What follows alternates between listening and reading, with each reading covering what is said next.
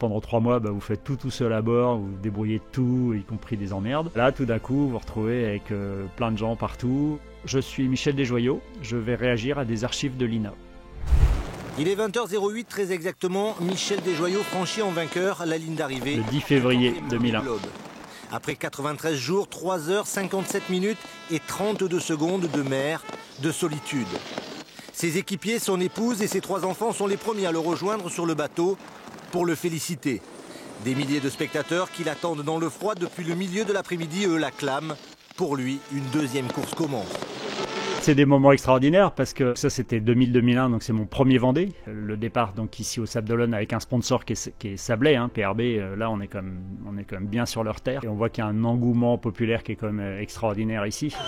21h15, enfin il accoste au ponton de Port-Olona. 50 minutes après avoir passé la ligne, autour de lui c'est la cohue, ses premiers mots sont pour le public.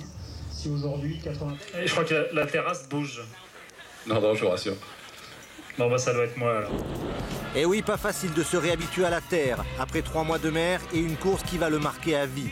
Les paysages de l'Équateur, du Grand Sud ou du Cap Horn, les galères d'un moteur qui ne veut pas démarrer ou de voiles qui se déchirent, les angoisses lorsque Jourdain dans l'océan Indien ou MacArthur dans l'Atlantique lui ravissent la première place.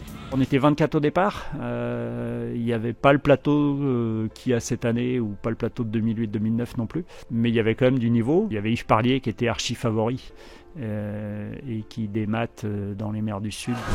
23h45, dernière ligne droite, Michel Desjoyaux est reçu par son sponsor et ses amis. Tout le monde veut l'approcher, tout le monde veut le toucher, les télégrammes pleuvent, mais le héros commence à être fatigué. Vous avez acquis au fil des courses en solitaire l'expérience et la sérénité qui vous ont permis d'aborder votre premier Vendée Globe. La lettre de Chirac à l'époque, c'est ça que je lis.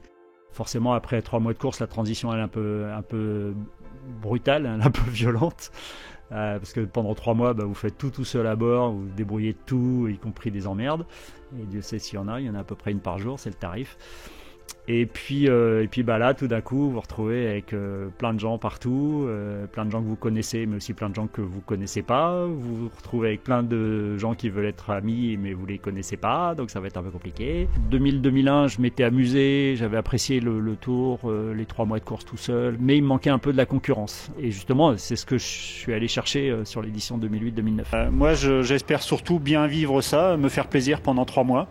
Je dis souvent un peu par provocation que je suis en vacances depuis 43 ans, mais je vais essayer de faire 3 mois de vacances de plus. C'est une victoire un peu particulière déjà parce que le scénario est absolument improbable. Je faisais partie des favoris déjà en tant qu'ancien vainqueur qui remet le couteau. Par contre, malheureusement, ou heureusement, je ne sais pas, on ne refera pas l'histoire. Il se trouve que le lendemain matin du départ, alors que je suis déjà 10 000 devant mes concurrents directs sur ma trajectoire, donc j'ai déjà fait un trou énorme. Au bout de seulement quelques heures de course, j'ai un problème technique, je suis obligé de faire demi-tour et de revenir au Sables d'Olonne pour réparer, puisque sur le Vendée, on ne peut faire escale que au Sables d'Olonne et seulement pendant 10 jours. Les Sables d'Olonne, au milieu de la nuit. Michel Desjoyaux revient effectuer des réparations sur son bateau, sérieusement endommagé en mer. Une tempête que le vainqueur de l'édition 2001 décrit avec humour. Vous rentrez dans votre machine à laver, le linge, vous mettez sur le programme rinçage et sorage. Et en plus, vous mettez la machine à laver dans un épluche patate.